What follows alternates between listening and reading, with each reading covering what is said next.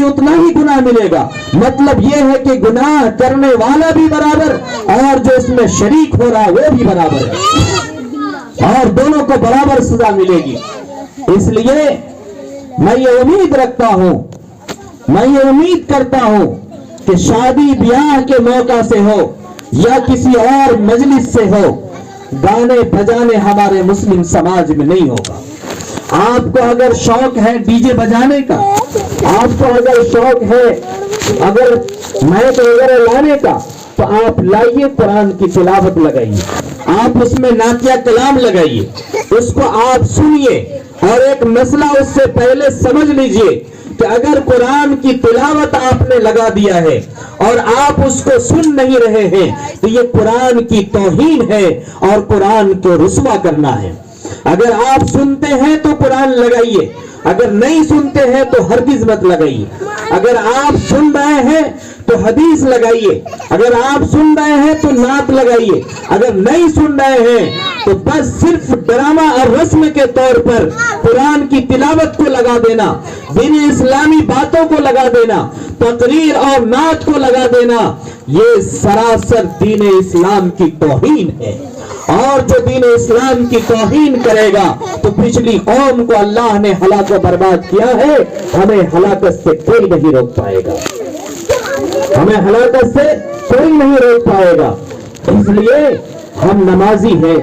دیندار ہے، قرآن پر ایمان لایا ہے، احادیث پر ایمان لایا ہے، رسول اللہ صلی اللہ علیہ وسلم پر ایمان لایا ہے، اور ہم نے یہ عہد کیا ہے کہ ہم شریعت کے پابند رہیں گے۔ ہم نے یہ عہد کیا ہے کہ مسلم کے قبرستان میں دفن ہوں گے، ہم نے یہ عہد کیا ہے کہ مسلمان کے حقوق ادا کریں گے، ہم نے یہ عہد کیا ہے کہ جو اللہ اور رسول اللہ کا حکم ہوگا 100% اس پر عمل کریں گے۔ تو اس عہد کا، اس وعدہ کا تقاضا ہم پر یہ ہے کہ ہم صحیح چیزوں کا ساتھ دیں اور غلط چیزوں کا بائیکاٹ کریں، صحیح چیزوں کا ساتھ دیں اور غلط چیزوں کا بائیکاٹ کریں، تب حقیقت میں ہم مسلمان کہلائیں گے۔ اگر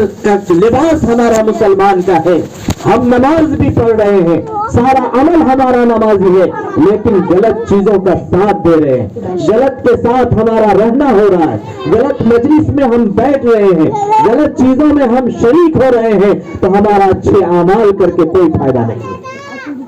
وہ سب ہمارا غارت ہو جائے گا، وہ سارا ہمارا بیکار ہو جائے گا۔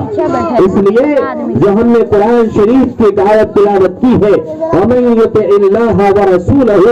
جو اللہ کے حکم کی اطاعت کرے گا اور رسول اللہ کی پابند پیروی کرے گا، اطاعت کرے گا ان کی سنت کا، وَمَن يَخْشَ اللَّهَ، اللہ سے ڈر کر گناہوں کو چھوڑ دے گا،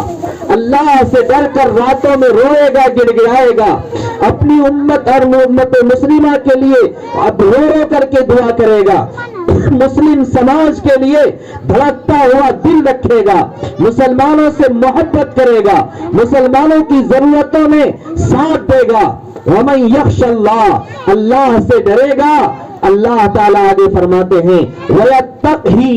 اور آگے کی جو بچی ہوئی زندگی ہے پرہیزگاری کے ساتھ گزارے گا، اپنے کانوں کو بچائے گا، اپنی زبان کو بچائے گا، اپنے دل کو گناہ سے بچائے گا، اپنے ہاتھ کو گناہ سے بچائے گا، اپنے پاؤں کو گناہ سے بچائے گا، اپنی نگاہ کو گناہوں سے بچائے گا، ہر چیز سے گناہ سے بچائے گا۔ وَيَتَّقْهِ فَأُولَٰئِكَ هُمُ الْفَائِزُونَ، اللہ فرماتے ہیں ایسے لوگوں کے لیے کامیابی ہے، وہ دنیا میں بھی کامیاب ہوگا، مرنے کے بعد بھی کامیاب ہوگا۔ اے مسلمان بھائیوں، کون مسلمان ہے جو کامیاب نہیں ہونا چاہتا؟ کون مسلمان ہے جو کامیاب نہیں ہونا چاہتا؟ ہر مسلمان چاہتا ہے کہ ہم کامیاب ہو۔ ہر مسلمان کے لیے 5 وقت اللہ تعالیٰ ندا دلواتے ہیں، حی علی الصلاۃ، آؤ نماز کی طرف، حی علی الفلاح، آؤ کامیابی کی طرف، حی علی الصلاۃ، آؤ نماز کی طرف۔ کیا بات کر رہے جی؟